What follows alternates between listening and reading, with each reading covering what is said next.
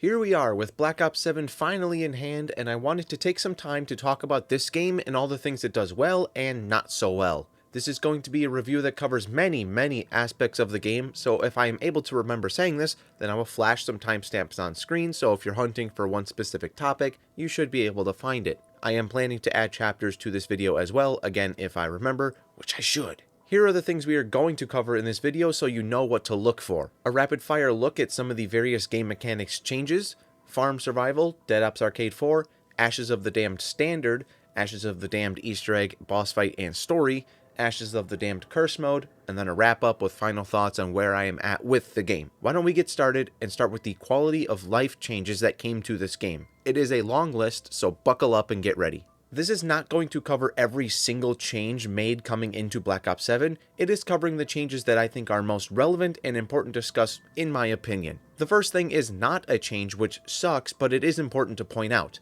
This title is again always online, so you can lag in solo. It also has the pause timer come back, which is an absolute L. The only good part relating to these is that the save and quit has returned and also covers 2 separate saves for the base game and a separate one for Dead Ops Arcade. Please get rid of the pause timer, that is my request on this topic. Oh, also, packet burst is rampant as always and constantly messing with the stability of my game and connection. There are also issues with general game stability as well. I was having major issues with crashing on Ashes of the Damned. I was thinking it was due to me recording footage as I had been in all of my early runs. So, in a desperate attempt to prevent crashes, I avoided recording any of my Easter egg runs, and thankfully I didn't crash, but I later did record when doing relics on Ashes of the Damned, and I didn't crash. So I don't really know why, but many of my matches would crash. However, it was only when playing on Ashes.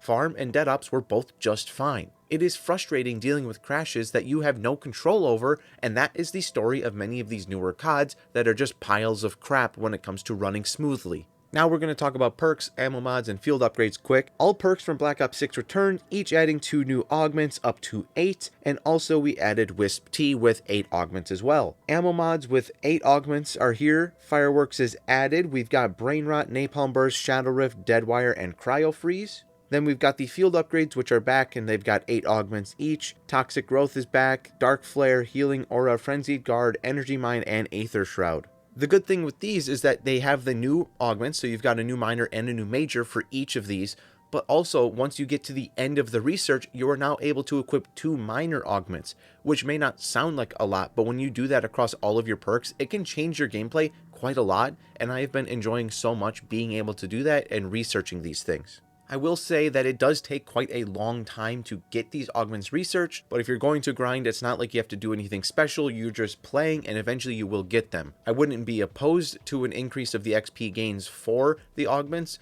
but I'm also not totally saying that it is necessary.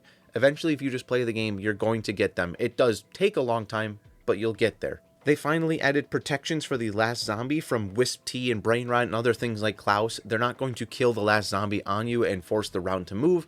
Thank you for adding this. It makes usefulness of Brain Rot and Wisp T and other in-game mechanics much better because you don't have to worry about it ending your round without you having any control. Field upgrades charge slower the more they are used, which basically means that offensive field upgrades aren't very good anymore because if you use them on offense ever, you're just going to be making it harder to get it back again in the future. I don't like this change. I think they could have made it so that just the defensive ones like Aether Shroud or Frenzied Guard get this increased timer the more you use them versus the offensive ones where the point is to use them to kill zombies, but if you do, then you're kind of punished for doing so. I don't really understand this change that much. I wish they would not just make it a blanket change, but target the ones that they wanted to nerf, essentially. Gobblegums have returned in Black Ops 7 with 6 new ones: Aftertaste, Requipment, Power Vacuum, Round Off, Armageddon, and Gift Card. I am all for Gobblegum, so I am happy to see these here, some of them returning, some of them new, and now more for us to play with inside of the sandbox. You can now crush Gobblegums in match. Instead of getting the benefit, you then just remove it from your inventory and get essence instead. So for those ones that you're never really going to use because you don't care about the benefit,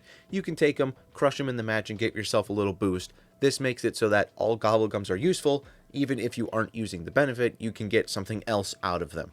Ammo crates have a visual update, and now they actually feel like they belong in zombies, so that's a good thing. Mystery Box finally won't give you score streaks or melee weapons. It will sometimes give Aether tools to upgrade your rarity of your gun. This is a great change. It makes hitting the box much more rewarding and not like, oh great, can't wait to get screwed by getting a Hellstorm missile out of here, you know? Speaking of score streaks, they're pretty bad in Black Ops 7, which I am a thumbs up for. I am all about that. It was very tiring in Black Ops 6 to just have mutant injections be the only way to play the game, so thank you for nerfing these and making other things better in place of it. It does cost more to upgrade the rarity of your gun. They shuffled costs around, but ultimately it just costs 500 more salvage to go from base rarity up to the top tier orange. This is a good change as well. It makes it a little bit harder to get going early because it is the green and blue rarities that are increased in price, which means it is a bit more of an incentive to go and hit the box or buy a wall weapon that is a higher rarity to save some of your salvage for later. SAM trials are now TED tasks, and these can give you mystery perks, but also they turn into perma perks if you have all the perks at that time. So that is a big benefit to this game, a nice way to reuse perma perks in this game, and the benefits and rewards you get from doing the TED tasks are all very good. So there have been some changes to the HUD in this game, but overall it is pretty customizable to get it looking at least close to how you want it to look. I run it with the purple version, I take away the compass, and I take away the score feed that pops up, and I think it looks really good just as it is now. Of course, everybody talks about the little gun icon in the corner. It's not like we haven't seen that before. It's not my favorite, but I can definitely live with it and ignore it. I'm just playing the game. I'm not staring at the edges of my HUD during the entire match. I'm looking at the zombies, so it doesn't really bother me that much. Exfil is back, and it's better. Not all players must exfil, so if you've got one out of your 4 people that wants to leave, they can go do an exfil by themselves and leave the game while the other 3 players can keep going. Amazing change. Melee weapons can now critical hit, and they have heavy attacks. This is a very small change, but just something that's a little bit more fun to interact with melee weapons through. You are awarded 50% of the salvage you missed on the ground every 10 rounds. This is a nice little change because salvage is generally a bit harder to come by in this game now, so having this little help is good. A big change that I'm not really a fan of is the change that they made to power-up drops. Previously, as many people know and speedrunners have exploited, you can only have one power-up drop after all the others have dropped, and then it resets a cycle, essentially. So for this discussion, let's just reduce this down to 3 to make this a simple explanation. Double points, insta-kill, and nuke. We'll say that those 3 are the only ones in the game. Previously, if you got an insta-kill, you knew that the next thing you were going to get would either be a double points or a nuke. If you got a double points, then you knew the last thing was going to be a nuke, at which point it would reset and you could get any of the 3. So you could technically get a back-to-back nuke if the nuke was what reset the cycle back. Right? Not anymore. Now it's just a free-for-all. Anything can drop at any point, but they did this because they wanted to introduce the free perk drop into the cycle. I do not think that getting that drop in there is worth the mess that now comes with all of these drops coming randomly and not having a sense of, I think I should be getting a max ammo soon because I haven't seen one in a while. There is nothing like that. Basically, at this point, all I see are nukes almost every time, and then I barely get a max ammo, and if I do, it is always right before another round where it's a special round and I'm going to get a max ammo for free. I don't agree with this method of getting the free perk drop into the cycle. I think it's just stupid that they went ahead and did this. They didn't have to add the free perk into the normal rotation of drops. They could have just left it as a global, it's got a 0.1% chance to drop when a power-up drops or something, whatever their percent is, and left everything else the same. Instead, they went, well, we can't put it in the cycle because then it'll be getting free perks a lot, so we're just going to make it so that anything can drop whenever, and free perks are now going to be a part of that. And it just makes it not as predictable and not as fun because previously, again, you could kind of manipulate the system and know what was coming next. And that's just not a thing anymore. And it feels like it's rigged to just be nukes all the time. Okay, that was a big rant. I know about the power-up drops. I just don't really like the change. I wish they would go back to it being an actual rotation like it always had been. One thing that I am asking for, this is not a change, but I am asking for it, is I would love to see some indicators for when things are off of cooldown or when they are ready to go. For example, I want to see that if I'm running Dying Wish, that my quick revive icon is lit up a little bit differently, it has a different border, just to indicate that I do have a use of Dying Wish left and ready to go. I want to see that ammo mods in the bottom right corner aren't just white all the time. Maybe they're white when they're on cooldown, but when they are actually ready and you could potentially proc by shooting into a horde of zombies, make it a different color. If it's Napalm Burst, make it red when it's ready to go. If it's Fireworks, make it multicolor. If it's Brain Rot, make it green when it's ready to proc. Just something to tell me that this thing is ready to go, because right now I got no idea, and with so many camo challenges and things like that being related directly to when you need to use your ammo mod, it's really nice to know if it's ready to go or not. I would love to see that change come. I doubt it'll happen, but I would love to see an indicator, please. And then we mentioned the camo grind, so I'll just say that real quick at the end here, is that I like the camo grind. It's a lot easier, and it's something that makes me want to engage with it more, and this is definitely going to be the first camo grind that I finish. I'm probably about halfway through already right now, getting all the golds and bloodstones, and after that I can get Doomsteel, get Infestation, and actually have the top Dark Matter equivalent camo for the first time ever. I've gotten close, but I've just never actually finished it because I lose interest with how long it's always taken. Now, a huge addition is the return of the OG crew in a new form. Seeing these lads back is a wonderful treat that I truly appreciate. Call it nostalgia bait all you'd like, but these characters are fun, they are enjoyable to listen to, and they are interesting. I want to know why they are here, what ties they may have to the old story, even though it is likely none, but what ties do they have to Chaos, as that seems to be the big tie-through with the Sentinel artifact. I am playing as these characters, and hearing the comments they make is really fun. I am quoting them as I hear them, and I haven't done that since probably Black Ops 3, to be honest. If these characters are used in an effective way through the rest of the story, then I am all for them being here. Just have to see how it goes. For now, their impact is immediate in bringing life to this game and joy, where previously I would scoff or ignore the comments made by Requiem. That is a lot of the changes. Again, it is not all of them, but those are the ones that I felt that I needed to bring up and wanted to bring up. So that is a long list of things that we can talk about with this game and some of the changes they made. Nothing earth-shattering, but all good quality of life changes for the most part. Now, with all of that out of the way, it is time to talk about our first map. I decided to save Ashes of the Damned for last, as it is the big thing and arguably the most important part, so I wanted the biggest point last. Again though, if that is all you care about, then feel free to jump there. Anyway, we have Van Dorn Farm Survival. This is just the farm POI from Ashes of the Damned cut away and made an independent survival map. Through the rest of the Black Ops 7 seasons, they will be adding more of these cutaway POIs as survival maps. This is not a new concept by any means, just look at Black Ops 2 and you'll see that this has been done before. I tend to wish that they did craft a new separate map to be their survival map, just so we aren't seeing the same things and locations every time we play the game. Beyond that though, how fun is survival and how fun is farm? For what it is, farm nails it. For those who may say it is too boring, I don't know what to tell you. You might just not like zombies anymore, and that's okay. Survival maps are inherently relatively boring after a few playthroughs. Always have been. There is hardly anything more or less to farm than previous survival maps that people love. Hot take here, it's just your nostalgia talking. Shoot zombies, run in circles, shoot zombies. The core gameplay loop has always been that. The only difference now is that there are mini-boss, elite, and special enemies in your survival map, and if this were Cold War or Black Ops 6, then that would be a complaint due to boss spam, but they severely cut that down in Black Ops 7, and it makes playing the game so much more enjoyable. There is also a teeny tiny side deal that you can do with spraying plants and defending them for a chance at points, salvage, weapons, or equipment. Otherwise, yes, it is truly just about surviving, and that is it. I love doing that plant thing, and I do it all the time because it helps you get set up. It is great here, and it is great in Ashes of the Damned, so thank you for bringing this and helping with the salvage situation. But let's quickly circle back to those boss enemies. I will go into more detail during Ashes later, but for now I will say that the Zersa is very tanky and can be hard to deal with, but with the right weapons and ammo mod you will be fine.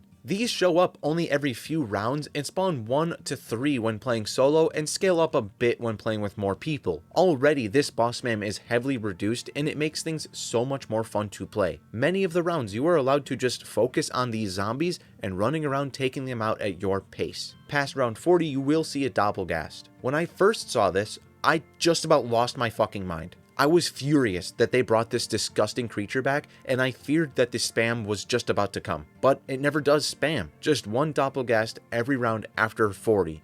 It sounds bad, but I promise it isn't. These guys are easy to take out. They have low health and if focused won't cause any trouble. They just give you a brief moment where the gameplay loop adjusts slightly, keeping you on your toes. Yes, I wish it wasn't the Doppelgast. If you've seen any of my videos before, then you will know my hatred for these guys, but the problem is when they are spammed every round to no end. Here that isn't happening, and it allows them to be a good enemy. Focus it, remove the threat, and move on. Reckoning, I had multiple every round, and an instance where I had 9 in one round. That is a problem. That is obnoxious. I am more forgiving to a reused enemy when it is used sparingly and when it isn't the main map for the game. Throw it in a little to spice up farm and I won't hate it. I know I went on about that for a while, but I wanted to be clear about it. I have fun playing farm, I have fun pushing the rounds, and I finally feel like I can play as long as I want within a modern zombies title. Black Ops 6, I rarely went past round 35, and it was about the same for Cold War. I would get too annoyed with the incessant boss spam and the super sprinters, and it just makes the gameplay an absolute drag. Here in Black Ops 7, I feel comfortable and have fun playing for longer matches,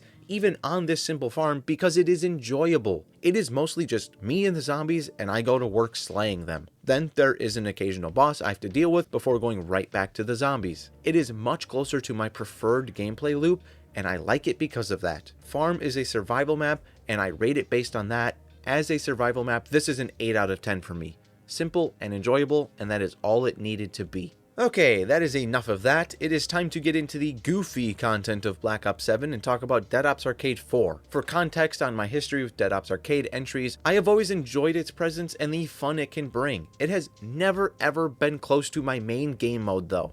I am about the round-based zombies, and I enjoy these as occasional breaks from that to mix it up. I am not a Dead Ops Arcade connoisseur, so don't panic if we disagree on some things here. I like Dead Ops Arcade 1 and 2, I didn't really like Dead Ops Arcade 3 because for me it was too complex and convoluted. I enjoyed the linear gameplay of the first two with the occasional break with special rounds or challenges. Dead Ops Arcade 3 had so much meandering and things that just felt kind of pointless and fluff rather than having a reason to be in there and be bigger. It's like they just went bigger to say they went bigger. I worried that Dead Ops Arcade 4 would follow that trend, and thankfully I was wrong. This may very well be my favorite Dead Ops to date. It has a linear level path that you will follow with the occasional break for other fun things. It has a structure to it that I enjoy, and it also has the chaotic fun that you'd expect from a Dead Ops entry. The Slayer Mart is a new addition where you gain currency, and at some bonus rounds you can spend your currency to buy other bonuses. Things like everyone on your team is given an extra life.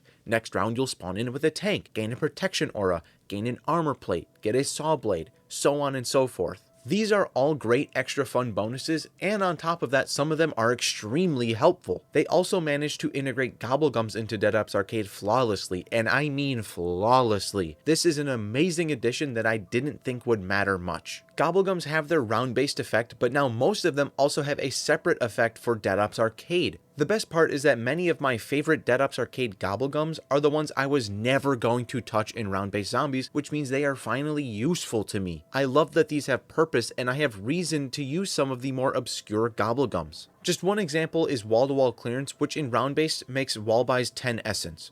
I'm never going to use this as I have no need for it, quite frankly. But in Dead Ops Arcade, that same Gobblegums effect is that it will, for a duration of 2 minutes, drop a free nuke on your location every 10 seconds. You get 12 free nukes out of this, and it can really help in a tough spot. The setup and layout of the mode, paired with the Slayer Mart and Gobblegums, makes this a truly fun Dead Ops Arcade experience that I actually have an urge to play and go through more of. This, like Farm, I am going to place at an 8 out of 10. It is time for the very large section of this video, as we are going to talk about Ashes of the Damned and all that it offers. Let's set the scene.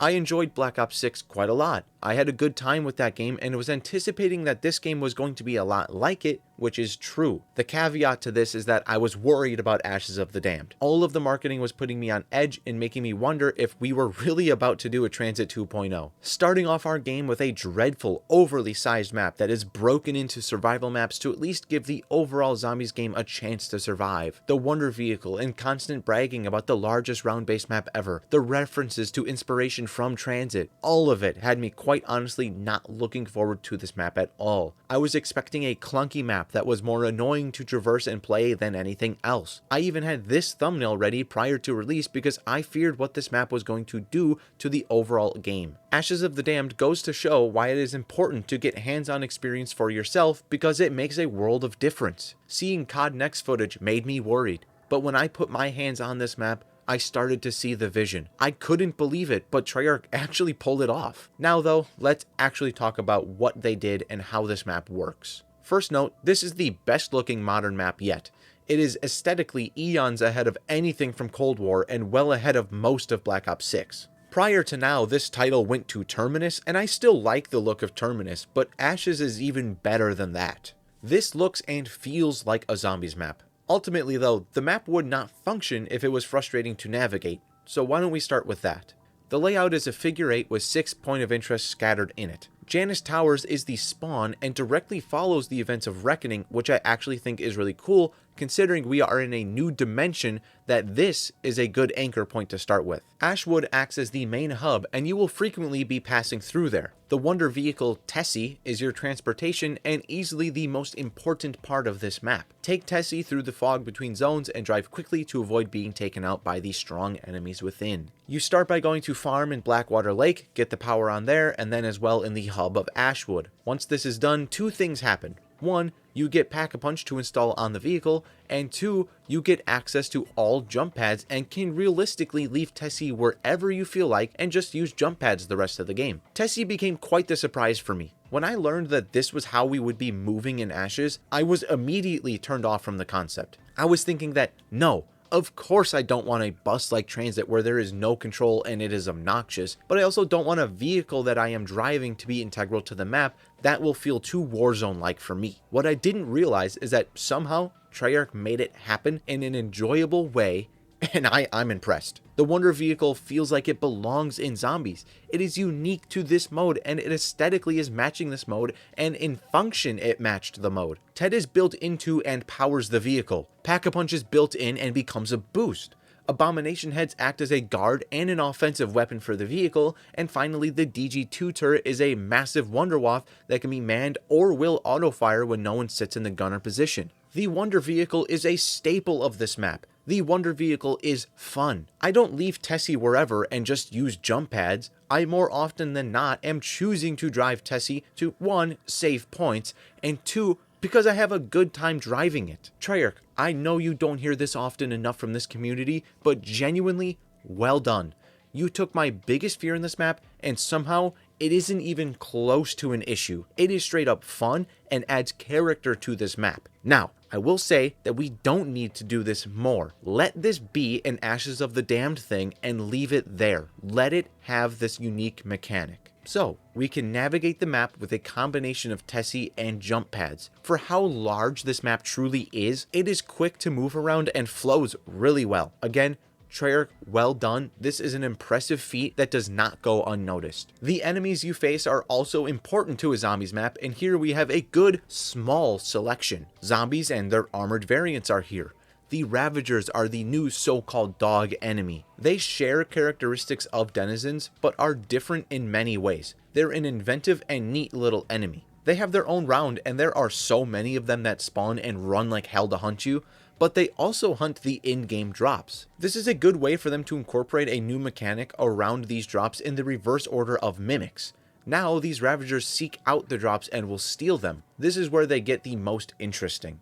When they steal, they may chase you, but they also might run away. Much like Denizen, you can spot these Ravagers on occasion digging a hole and forming a small portal that they will dive through, just like a Denizen would in transit. Sometimes though, they run away and start smacking symbols like a monkey bomb does. They are a fun addition to the sandbox that adds flavor to this map. I am a Ravager defender, and I feel like not everyone is, so maybe plenty will disagree, but I think they're a great little addition. Before the main new enemy of this map, I do need to mention the Uberklaus, and don't fear, he is barely a problem at all on this map. After round 8, if you pass a containment unit in Janus Towers Plaza, you will make an Uberklaus pop out. This is related to the Easter egg. Take him out, and this will be the only time an Uberklaus spawns at all. This is a tasteful use of an old enemy. There are clear and logical reasons why an Uberklaus would be here and how it is helpful to the map. First thing is that he exists right outside of the Janus Towers, which is where Reckoning took place, and that is where the Uberklaus was introduced. He is right outside the building that was destroyed, and logically it would make sense that from the rubble of the collapsed and exploded building, he would pop out. Second thing is that we need a chip from the Uberklaus core that we use to wake up the Companion Klaus. It makes sense that we need one of these chips to do that. Third thing is that this is truly the one time only that Uberklaus shows up. He isn't spammed, you never see him again. It is a tasteful and logical reuse of an enemy. If this is how they handled the reuse of enemies more often, then no one would really complain about it. Make it make sense and don't spam them. Boom, problem solved. You can also technically avoid spawning in the Uberklaus at all if you avoid that area. However, you're probably going to pass through there at some point. So I do wish that there was something you had to shoot on the containment unit to like wake up the Uberklaus. Basically saying, yeah, I'm trying to do the Easter egg, let's fight this guy. Instead of, oh no, I just happened to walk over here and I wasn't thinking, now I have to fight this big guy that I wasn't planning on. The last new enemy is the big one, Zursa the bear. Okay, so it's a bear, it has bees, and it is sometimes really annoying. I find Zursa to be a bit inconsistent from an AI behavior perspective. There are times where Zursa just kind of vibes and walks around. There are other times where Zursa wants to feel what it is like to wear human skin and will be up your ass non-stop. Even when you try to evade, Zursa stays right with you and keeps beating you into the ground. I never truly know how this bear is going to behave, and that makes it annoying. On top of that, it is very tanky to a sometimes annoying extent. If I keep a sniper on me and level it up, plus use the right ammo mod, I can delete Zursa. If I am even slightly behind on a weapon, it is just game over and will take me ages to slowly chunk away the health. This is just a tinge annoying is all. If you don't set up perfectly, then you've got like no chance to take down Zursa in an even moderately fast fashion. At the same time, this incentivizes smart play and properly setting up. I think a slight health reduction would be fair, although I don't think it is absolutely necessary. There is also a new wonder weapon, and it is, in one word, sick. Acquiring it is a simple process with a little running around and then some symbol collecting before a mini test to make sure you know how to use the weapon. This is a great acquisition quest that I am all about. The Necrofluid Gauntlet itself is also a win. You can fire projectiles with it and then recall them back to you. When you recall, they naturally refund the ammo, but will also damage zombies they come across on the way back, and once they get back, they heal you, and they can overheal you to give you extra health. Essentially, this is an unlimited ammo wonder weapon that heals you. It is not the strongest wonder weapon we have seen in zombies by raw strength, but it is really good and has great utility as well. The Necrofluid Gauntlet is a win in my books and probably the coolest wonder weapon of the modern era. But that is pretty much it for the map itself. Run around, get set up, and then find yourself a place to train and go to town on the zombies. It is a fun time playing this map, and I have really enjoyed what it has brought to the table. However, I do take into large consideration the strength of a map's Easter egg and boss fight when truly considering how much I like or don't like the map. That being said, let's discuss the Ashes of the Damned Easter egg. The Ashes of the Damned Easter egg is not actually split into two parts, but it sure plays like that. Part 1 is much more of a fetch quest in nature. Grab a bunch of ingredients and it'll take you until at least round 16, as one of those items comes from a bear. This is pretty typical stuff for fetching items and is nothing special. Take these items to an alchemy table and mix them up following a cipher order. It is at this point that the second half and the real Easter egg content begins. Following a lockdown, you have to retrieve some keys to unlock a mini pyramid thing. Upon doing this, you are given a cutscene which lays the path forward to the end of the Easter egg. This entity explains a little bit about why you are here and what to do to fix your situation. Nothing crazy here, just some basic story setup and new world building now that we are in the Dark Ether. After this, that mini pyramid thing opens up and inside is the DG2 turret upgrade for Tessie. Now you have to do 4 different challenges at separate POIs, and each of these are handled very differently, but all are good in my opinion. The initial part of the barn challenge with the skeleton slowly turning to face you is straight fire. I love that part. The diner is definitely the coolest, with the colored lightning strikes being the key to that one. Finish off at the cabin with a trial there, and now you're ready for the boss fight. I truly don't have any issues with this Easter egg. It is getting right into the similar vein of Black Ops 3 Easter eggs, and I think that is a good thing. You have items to collect, and then using those items you springboard into some challenges or various other tasks which set up the boss fight. I say that this Easter egg itself is really good. I am happy with it, and it is definitely my favorite over anything from Cold War or Black Ops 6. Head now into the boss fight, and things aren't quite as positive. The arena for one is great. It looks cool and works for what you're about to do. The boss looks great, it is a disgusting mess of massive abominations, and is plenty happy to taunt you all fight long. Here's the thing though, I said the arena is good for what you're about to do, and that thing you're doing is driving the car for the whole fight. In concept, I don't hate this. The problem is that you are playing Call of Duty. This game is not known for great vehicles and driving mechanics. This shows up here clear as day. When playing this map normally, the slight jank of the driving isn't detrimental to the experience when just playing and going between POIs. Some goofy things happen, maybe the car breaks, and you fix it before moving on with your day. In the boss fight, you need the car to be responsive and at least a little agile, but it isn't at all. It has handling issues, it has issues starting to move sometimes. It is just a little too janky for it to be an acceptable weapon for the boss fight. Add on top of that especially in the final phase of the boss, it has terrible timing. The boss is going to charge up a massive beam that will almost instantly destroy the car if it hits you. Thankfully, you can stun him before he fires it by ramming him with the car. The problem is that you don't have a ton of time to do so, and he begins charging again almost immediately after you stun him out of it, which means he is charging his attack before your boost has even started to recharge, and oftentimes before you even have control of the car again. There should be a little bit more of a delay because this car is so slow and tough to move. Add on top of that, and you have the near constant barrage of bombs, and yes, this car is going to break a lot, and it takes a long time to repair. Those bombs are also all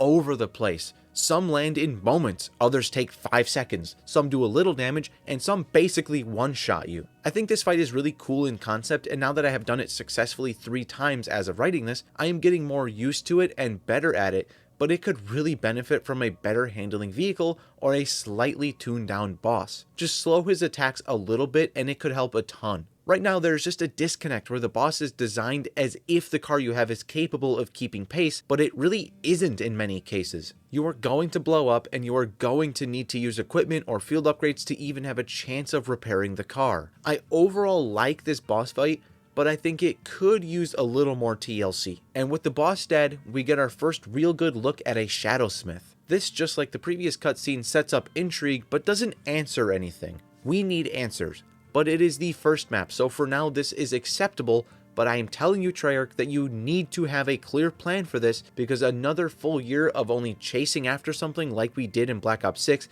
isn't going to cut it narratively. So that covers the Easter egg and a little bit of story I wanted to mention. Ashes of the Damned, I believe I would place at around a 9 out of 10, and I am nearing a 9.5 area, but I'm not sure about that yet. That seems a little much. Even in the process of making this video, I bumped the rating up a half point to that 9 because I initially was at 8.5.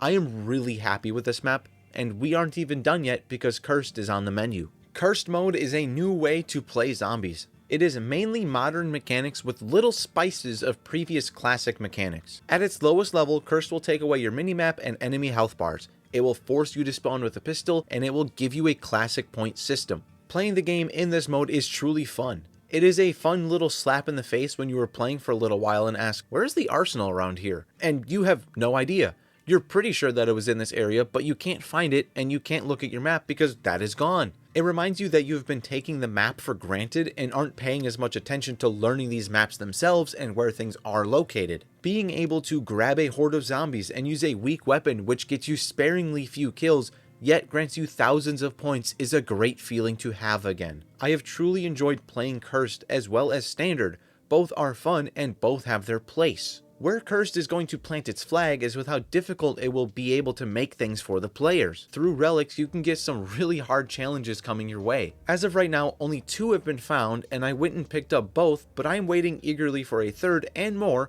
so that I can try running the Easter egg in Cursed Tier 1. Cursed mode adds a ton of replay value even at its base level. Having 2 different ways to engage with the game is great. Then you add in the hunt for relics and the subsequent attempts at the Easter egg on higher difficulties, and it gives the community a lot to work with. Then you give specific exclusive rewards for those harder Easter egg clears, and it makes for a good recipe for people to engage more with your game. I am so far loving Cursed and hope that it keeps providing entertainment for people. It is not classic, but it is damn fun regardless in its own way. I hope that it continues down the good path, but for now, the jury is out somewhat. I like it and look forward to playing more. Right now, that is enough for me to say that this was a good addition, and if needed, I will update on this comment later if things go poorly or if they go way better than I imagined.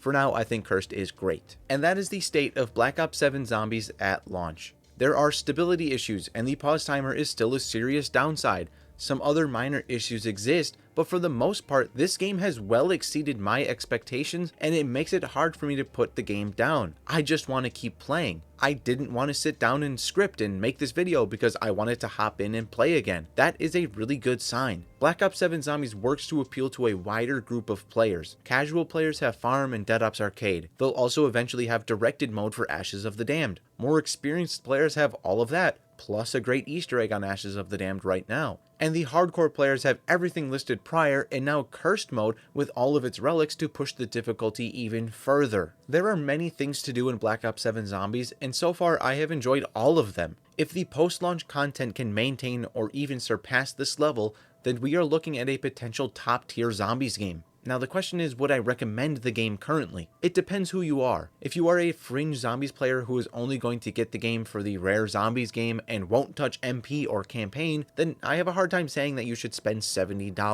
It may be more worth it once there is more content in the game and more survival maps to work with, but for now we don't know what the quality of those future maps will be. For anyone who likes or loves zombies and intends to sink time into old modes and the Easter eggs, then I definitely say that this game is worth it for the dedicated zombies fan. Bear in mind that if you liked Black Ops 6, then you are very likely going to like Black Ops 7. It also works in reverse order, where if you didn't like Black Ops 6, then there is a decent chance you won't like 7, even though it did many things to improve on 6. I don't want to lead anyone astray, so if you aren't convinced by what I have said here in this video, then I don't want you to go spending money that you will regret. If you already have Game Pass, then go ahead and give this a try. I will say that for the first time since Black Ops 3, maybe Black Ops 4, I have been able to muster up a full squad to play zombies with. People that had checked out of zombies and didn't play were coming back and picking up Black Ops 7, and they were having a good time. I know it's anecdotal, but I have seen firsthand that this game has appealed to people who hadn't played much of any zombies since Black Ops 4 or earlier and didn't really like modern titles. It has brought my friends together with zombies in ways that haven't happened in a long time, and I am happy for that. Final thoughts is that Black Ops 7 Zombies is off to a great start that I have truly been enjoying. I can't wait to see what comes with the later maps, and hopefully this remains a great zombies game that can send us off into the few years gap between zombies games with a bang. But let me know what you think of Black Ops 7 Zombies down in the comments below. I look forward to reading those. If you enjoyed the video, leave a like or subscribe. I'll see you all in the next one.